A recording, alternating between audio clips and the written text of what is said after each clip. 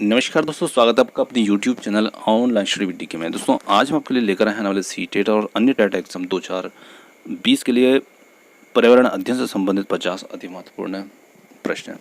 दोस्तों यहाँ पर 50 प्रश्न जो हैं ये आपको MCQ के रूप में रहेंगे। 4 विकल्प के साथ यहाँ पर आप 50 प्रश्न को देखेंगे और इन प्रश्नों के माध्यम से अपनी तैयारी को देख सकते हैं। 50 प्रश्न में से आप कितना स्कोर सही कर पाते हैं। तो चलिए और स्टार्ट करते हैं। और साथ ही साथ यदि प्रश्न आप PDF के रूप में चाहते हैं तो आप वीडियो के डिस्क्रिप्शन लिंक में जाकर के एंड्रॉइड एप्लीकेशन टेट सक्सेस को डाउनलोड कर सकते हैं, वहाँ पर ये आपको उपलब्ध हो जाएंगे। तो चलिए देखते हैं। देखिए फर्स्ट क्वेश्चन यहाँ पर है, परिवारों के टूटने के फलस्वरूप बच्चों पर होने वाली प्रतिक्रिया है। 4 विकल्प आपके सामने हैं और आप अपना उत्तर कमेंट्स में दे सकते हैं। तो जब परिवार टूटता है तो उसके फलस्वरूप बच्चों पर क्या प्रतिक्रिया होती है। बच्चों का अंतर्मुखी होना, बच्चों में विद्रोह पनपना या फिर बच्चों का कुंठित होना, और ऑप्शन डी है ये सभी। तो यहाँ पर हमारा जो उत्तर होगा वो होगा ऑप्शन डी, ये सभी। बिल्कुल, जब कोई परिवार टूटता है तो उस परिवार के बच्चों के अंदर इस प्रकार की प्रतिक्रियाएं देखने को मिलती है। चलिए अगला क्वेश्चन है, हमारे आसपास पड़ोस में पाए जाने वाले अधिकतर पेड़ पौधों की पत्तियां हरी होती है, इसका कारण क्या है।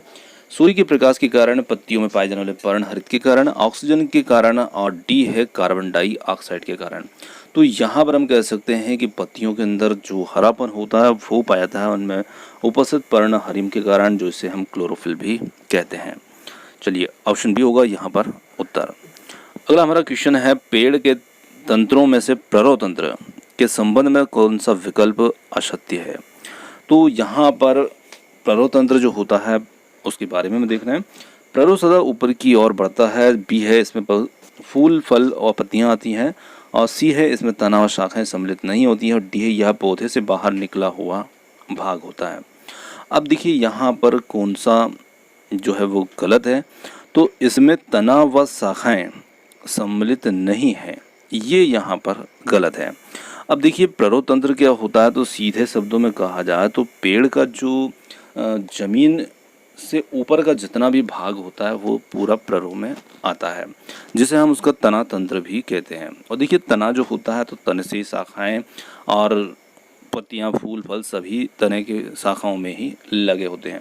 तो यहाँ पर हम कह सकते हैं कि तना जो होता है उससे शाखाएं निकलती हैं। तो यहाँ पर विकल्प सी कह रहा है कि इसमें शाखाएं सम्मिलित नहीं होती है, तो ये यहाँ पर असत्य होगा।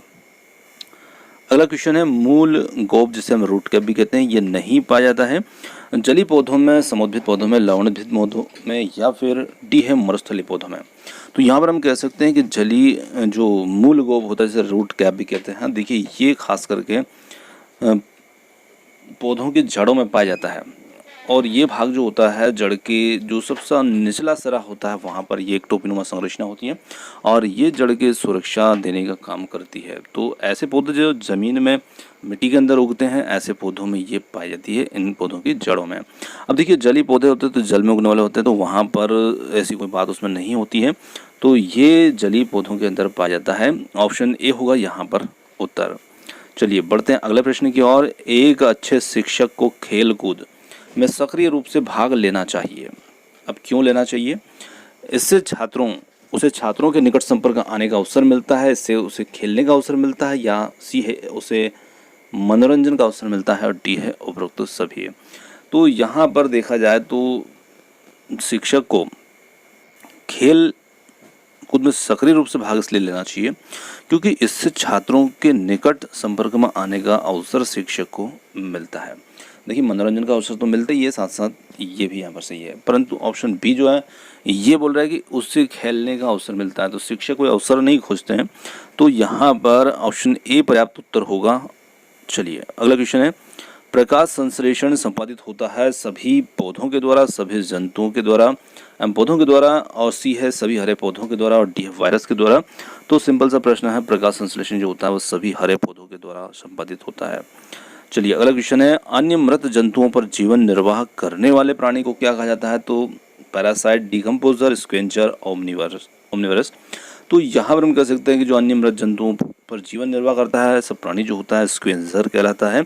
तो इसमें हम देख सकते हैं कि मृत भक्षी भी इसे कह सकते हैं, और ऐसे जीव जो हैं, जंतु जो हैं वो दूसरे मृत जंतुओं को खाते हैं, जैसे हम चील वगैरह को भी देख सकते हैं, बाज भी देख सकते हैं। तो ये मृत जंतुओं को भक्षण करते हैं। चलिए अगला है पेड़ पौधे प्रदूषण को घटाते हैं क्योंकि वे अवशोषण करते हैं। तो पेड़ पौधे प्रदूषण को इसलिए घटाते हैं क्योंकि वे कार्बन डाइऑक्साइड गैस को अवशोषित करते हैं। सिंपल सा प्रश्न है। चलिए अगला क्वेश्चन है, अधिकतर पेड़ पौधे पाए जाते हैं। तो अधिकतर पेड़ पौधे जो होते हैं वो कहाँ पर पाए जाते हैं? स्थल मंडल, जल मंडल, वायुमंडल या फिर प्रकाश मंडल। तो यहाँ पर हम कह सकते हैं कि ये स्थल मंडल में पाए जाते हैं। चलिए अगला क्वेश्चन है, निम्नलिखित में से कौन सा सदाबहार पेड़ नहीं है? नीम, इमली, बबूल, सहतूत। तो यहाँ पर हम कह सकते हैं कि जो सहतूत है वो सदाबहार पेड़ नहीं है। ऑप्शन डी होगा यहाँ पर उत्तर। अगला क्वेश्चन है, पौधों में प्रकाश संश्लेषण की क्रिया किस रंग में सबसे अधिक होती है? बहुत अच्छा प्रश्न है और इम्पोर्टेंट प्रश्न भी है। तो यहाँ पर हम कह सकते हैं कि प्रकाश संश्लेषण की जो क्रिया होती है वो सबसे अधिक होती है लाल रंग में। तो यहाँ पर ऑप्शन सी होगा इसके लिए उत्तर।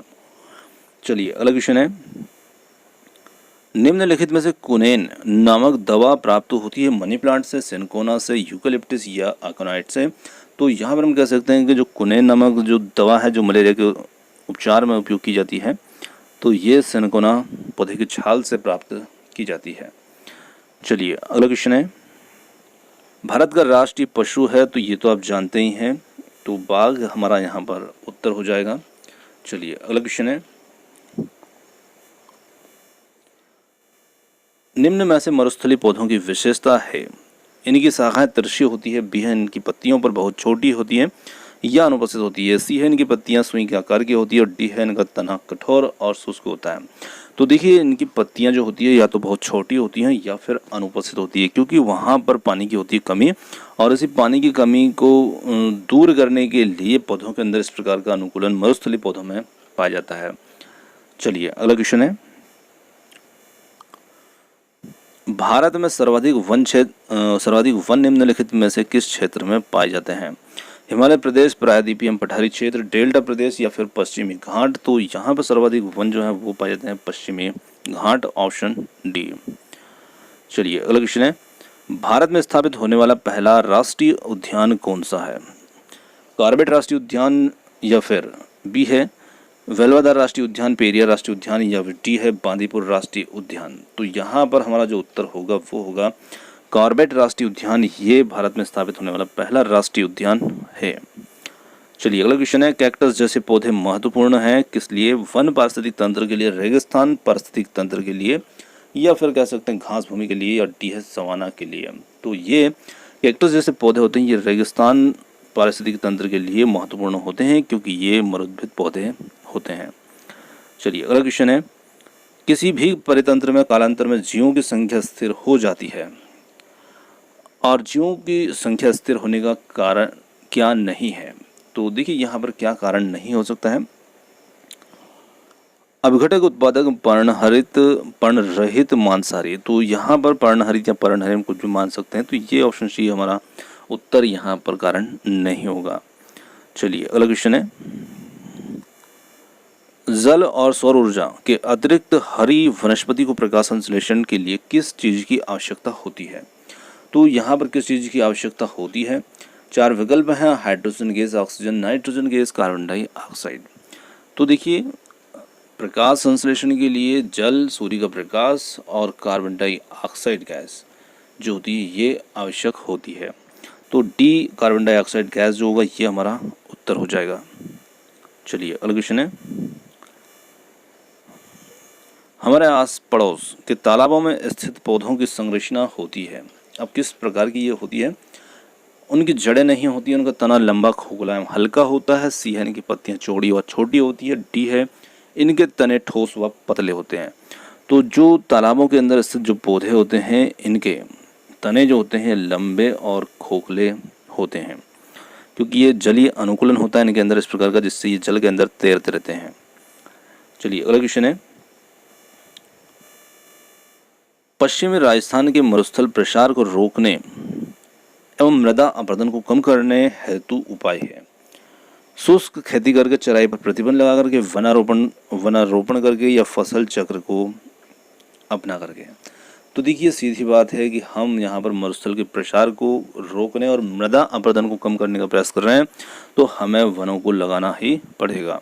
तो वन रोपण जो होता है वो उसके लिए सबसे उपयुक्त उपाय होगा।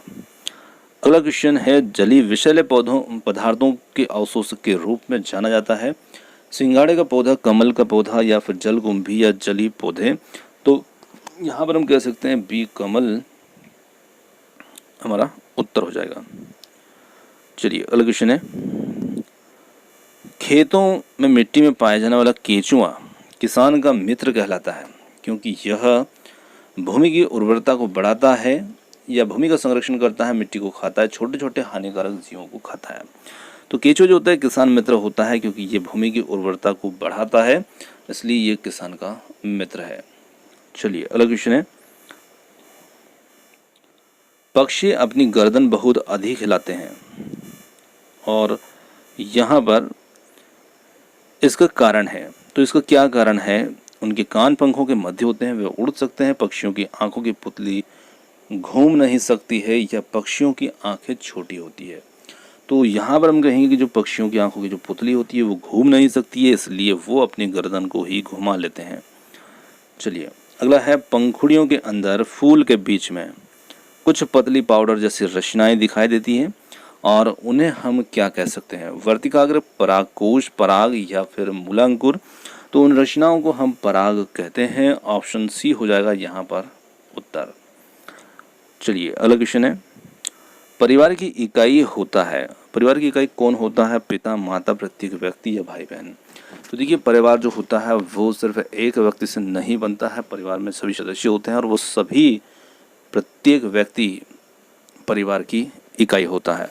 तो ऑप्शन सी होगा यहाँ पर इसके लिए उत्तर। चलिए अगला क्वेश्चन है, बच्चों का प्रथम गुरु किसे माना जाता है? तो बच्चों का प्रथम गुरु पिता को, दादा दादी को, माता को या फिर शिक्षकों को। तो बच्चों का प्रथम गुरु माँ होती है, तो माता को ही हम प्रथम गुरु मानेंगे। चलिए अगला क्वेश्चन है, आदर्श परिवार किसे माना जाता है? संयुक्त परिवार को, छोटे परिवारों को या दोनों को या इनमें से किसी को नहीं। तो छोटा परिवार सुखी परिवार और आदर्श परिवार कहलाता है। ऑप्शन बी हो जाएगा यहाँ पर उत्तर। चलिए वनों के प्रत्यक्ष लाभ का उदाहरण है, यहाँ पर लाभ दिए हैं, भारी वर्षा को कम करना, पक्षियों का पोषण करना, वनों से लकड़ी प्राप्त करना या डी है उपरोक्त सभी। तो देखिए वनों का जो प्रत्यक्ष लाभ का उदाहरण होगा वो यहाँ पर लगभग सभी हैं, क्योंकि कोई भी विकल्प हमारा जो है पक्षियों का पोषण करना, लकड़ी प्राप्त करना, तो यहाँ पर उपरोक्त डी जो होगा ये हमारा यहाँ पर उत्तर हो जाएगा। चलिए अगला क्वेश्चन है, फूलों की संरचना को ध्यान से देखने पर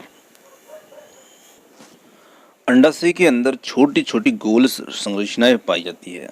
ये हैं बीजांड, स्त्रीकेसर, बाह्य दल या फिर पुष्प दल। तो इन छोटी छोटी गोल संरचनाओं को हम कहेंगे बीजांड। Option A. चलिए अगला क्वेश्चन हमारा है, संयुक्त परिवारों में आश्रित व्यक्तियों की देखभाल में कोई परेशानी नहीं होती है और आश्रितों में शामिल हैं वृद्ध, बच्चे, अस्वस्थ व्यक्ति या फिर सभी। तो हम कह सकते हैं कि जो संयुक्त परिवार होते हैं उसमें सभी आश्रित होते हैं, क्योंकि चाहे बच्चे हों, अस्वस्थ व्यक्ति हों या फिर वृद्ध हों। चलिए अगला क्वेश्चन है, हरे पौधे दिन के समय कार्बन डाइऑक्साइड के बजाय वायुमंडल में ऑक्सीजन छोड़ते हैं और छोड़ते प्रतीत होते हैं क्योंकि। अब देखिए हरे पौधे दिन के समय कार्बन डाइऑक्साइड के बजाय ऑक्सीजन छोड़ते हैं क्योंकि हरे पौधे केवल रात के समय शोषण करते हैं। बी है, हरे पौधे दिन के समय शोषण करते हैं पर रात के समय प्रकाश संश्लेषण करते हैं। और ऑप्शन सी होगा यहाँ पर, दिन के समय प्रकाश संश्लेषण की दर शोषण की दर से अधिक होती है। और डी है, हरे पौधे रात के समय शोषण नहीं करते हैं। तो यहाँ पर विकल्प सी जो होगा ये हमारा उत्तर हो जाएगा, क्योंकि दिन के समय प्रकाश संश्लेषण की दर शोषण की दर से अधिक होती है। अगला क्वेश्चन है, बालक को दिए जाने वाले आराम व निस्वार्थ प्रेम का सर्वोत्तम उदाहरण है वह जिस समाज में रहता है, वह जिस घर में रहता है, वह जिस परिवार में रहता है या फिर वो जिन साधनों का प्रयोग करता है।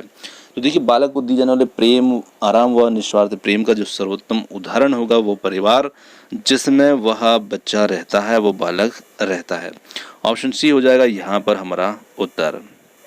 अगला क्वेश्चन है, आपके विद्यालय में खेलों का आयोजन हो रहा है तो ऐसी स्थिति में आप करेंगे।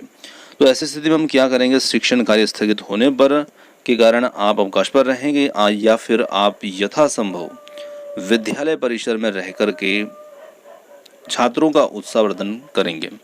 ऑप्शन सी है आप उद्घाटन समारोह व पुरस्कार वितरण समारोह में चले जाएंगे, और डी है आपको प्राचार्य द्वारा कोई दायित्व सौंपा गया है अतः आप चले जाएंगे। तो देखिए, जब वहाँ पर होंगे तो निश्चित ही हम यथासंभव विद्यालय परिसर में ही रहेंगे और हमारे छात्रों का उत्साहवर्धन करेंगे। चलिए अगला क्वेश्चन है, परिवार की परिकल्पना के पीछे आधारभूत तथ्य है। अब इसके पीछे क्या आधारभूत तथ्य होते हैं, मानव का सामाजिक प्राणी होना, मानव का अकेला होना, कार्य करने में परेशानी होना, या फिर उत्तरदायित्वों का निर्वाह। तो देखिए, परिवार की परिकल्पना के पीछे जो आधारभूत तथ्य है वो है मानव का सामाजिक प्राणी होना, क्योंकि परिवार जो होता है वो समाज में ही रहता है, व्यक्ति भी समाज में रहता है। चलिए अगला क्वेश्चन है, पशुओं के को किसी विशिष्ट उद्देश्यों के लिए रखना व उनका पालन पोषण करना क्या कहलाता है। बहुत ही सरल सा प्रश्न है और मैं चाहता हूं कि इस प्रश्न का उत्तर आप ये 4 विकल्प आपके सामने हैं, तो आप निश्चित इस प्रश्न का उत्तर जरूर दें। बहुत सिंपल सा प्रश्न है। चलिए अगला क्वेश्चन है, छोटे बच्चों के समाजीकरण में खेलों के द्वारा जो लाभ मिलता है वह है।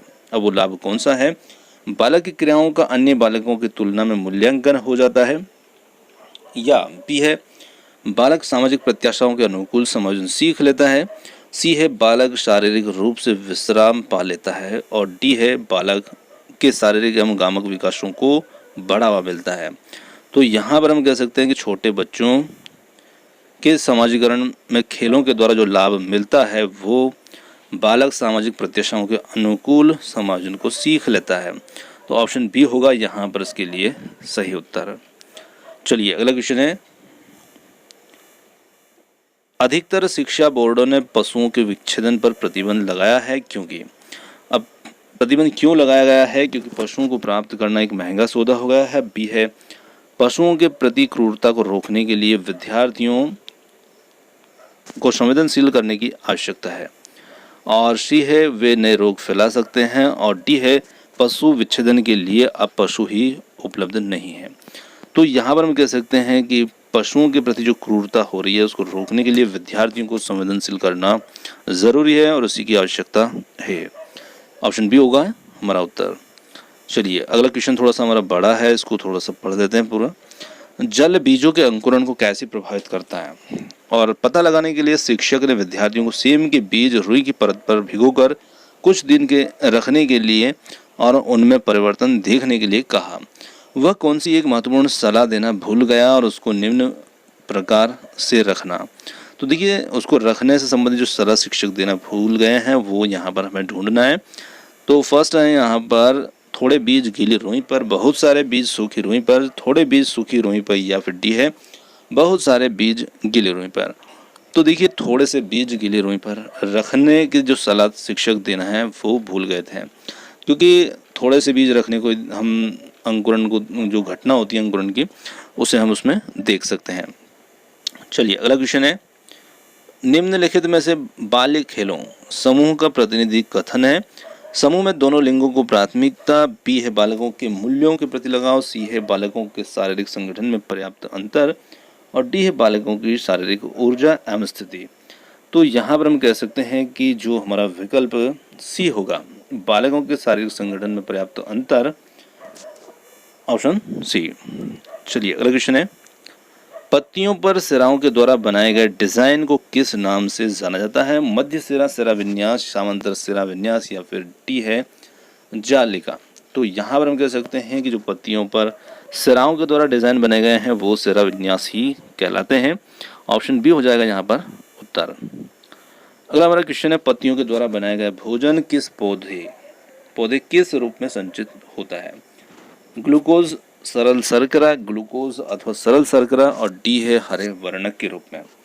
तो हम यहाँ पर कह सकते हैं कि जो पत्तियों के अंदर बनाया गया भोजन होता है वो पौधे के अंदर ग्लूकोज और सरल शर्करा के रूप में संचित होता है, स्टार्च के रूप में होता है। तो ऑप्शन सी हो जाएगा यहाँ पर हमारा उत्तर। चलिए अगला क्वेश्चन है, वृक्षों के तने या शाखाओं से निकली हुई विशेष जड़ें किस नाम से जानी जाती है। मूसलाजड़, झकड़ा जड़ या फिर अवस्तंभ जड़। और डी है श्वसन जड़। तो हम कह सकते हैं कि जो वृक्षों के तने या शाखाओं से निकलती हुई जड़ें होती हैं वो जड़ें अवस्तंभ जड़ें के नाम से जानी जाती है। ऑप्शन सी हो जाएगा यहाँ पर इसके लिए उत्तर। अगला हमारा क्वेश्चन है, पौधों के चालनी नलिका कोशिकाओं और स्तनधारियों की लाल रुधिर कोशिकाओं की संरचना में विशेष समानता है। हरित लवक की अनुपस्थिति, कोशिका भित्ति की अनुपस्थिति, सी है हीमोग्लोबिन की उपस्थिति और डी है केंद्रक की अनुपस्थिति। तो यहाँ पर हम कह सकते हैं कि जो पौधों की चालनी नलिका की कोशिकाएं होती है और स्तनधारियों की लाल रुधिर कोशिकाओं की संरचनाओं में समानता होगी केंद्रक की अनुपस्थिति, मतलब इनमें केंद्रक जो होता है वो अनुपस्थित होता है। चलिए अगला क्वेश्चन हमारा है, सेरिकल्चर संबंधित है। तो सेरिकल्चर जो है ये किससे संबंधित है? वन एवं वन्य उत्पाद से, सिल्क से, फूल से, उर्वरक से। तो सिल्क का उत्पादन जो है वो सेरिकल्चर के नाम से जाना जाता है। ऑप्शन बी हो जाएगा हमारा उत्तर। अगला हमारा क्वेश्चन है, निम्न में से किस गैस के कारण पौधों में पत्तियों का सिकुड़ना, पत्तियों का गिरना तथा आकार में छोटा होना पाया जाता है? Carbon dioxide, carbon monoxide, nitrous oxide या फिर डी है इनमें से कोई नहीं। तो यहाँ पर हम कह सकते हैं कि वो गैस जिसके कारण पौधों की पत्तियों में सिकुड़ना, पत्तियों का गिरना और आकार में छोटा होना, ये सभी गुण जो पाए जाते हैं ये कार्बन मोनोऑक्साइड के कारण होते हैं। ऑप्शन बी हो जाएगा उत्तर। चलिए अगला क्वेश्चन है, विद्यालय परिसर में छात्रों को खेलकूद की क्रियाओं में भाग लेना आवश्यक है। अब क्यों आवश्यक होता है? क्योंकि इससे छात्रों की अपनी सृजनात्मक क्षमता का विकास होगा। बी है इससे छात्रों में स्वस्थ संवेगों का विकास होगा। सी है छात्रों का शारीरिक विकास उचित ढंग से होगा और डी है उपरोक्त सभी। तो यहाँ पर हम कह सकते हैं कि बिल्कुल डी उपरोक्त सभी ही हमारा उत्तर होगा, क्योंकि खेलकूद के माध्यम से ये सभी सृजनात्मक क्षमता, संवेगों का विकास और शारीरिक विकास सभी विकसित होते हैं। अगला हमारा क्वेश्चन है यहाँ पर, चिपको आंदोलन किस राज्य से संबंधित है? छत्तीसगढ़, बिहार, झारखंड, उत्तराखंड। तो जो चिपको आंदोलन है ये संबंधित है डी ऑप्शन उत्तराखंड से। चलिए अगला क्वेश्चन है, सूची के पास एक पालतू गाय है और उसके अध्यापक ने गाय को स्तनधारी बताया है, और क्योंकि यह अंडा देती है या बच्चा देती है, या फिर सी है इसके शरीर में अस्थियां या उपस्थियां का कंकाल होता है, और डी है इसके शरीर में अस्थियों या उपस्थियों का कंकाल नहीं होता है। तो देखिए यहाँ पर स्तनधारी इसको गाय को इसलिए कहा गया कि गाय जो है बच्चे को जन्म देती है। तो जो स्तनधारी जीव होते हैं उनका एक लक्षण होता है कि वो बच्चों को, पूर्ण विकसित बच्चों को जन्म देते हैं। चलिए अगला क्वेश्चन है, एकल परिवारों की अपेक्षा संयुक्त परिवारों में कार्यभार कम होने का जो कारण है वो क्या है? तो हम सभी जानते हैं कि जो एकल परिवार की अपेक्षा संयुक्त परिवार होते हैं उनमें कार्यभार के कम होने का जो कारण होता है वो होता है कार्यभार का बढ़ जाना। क्योंकि कार्यभार बढ़ जाता है, परिवार में सदस्य ज़्यादा होते हैं और उस कार्य को सभी लोग मिलजुल करके आपस में कर लेते हैं, तो उसी वजह से वहाँ पर कार्यभार जो है वो छोटे छोटे हिस्सों में बढ़ जाता है। तो ऑप्शन ए ही यहाँ पर इसका उत्तर हो जाएगा।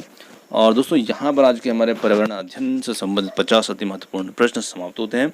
और प्रश्न आपको कैसे लगे कमेंट्स करके ज़रूर बता सकते हैं, और वीडियो यदि आपको पसंद आया हो तो आप वीडियो को लाइक कर सकते हैं, चैनल को सब्सक्राइब कर सकते हैं। और आपने हमें इतनी देर सुना उसके लिए बहुत बहुत धन्यवाद। Thank you so much. मिलते हैं जल्दी ही एक और नए किसी वीडियो के साथ।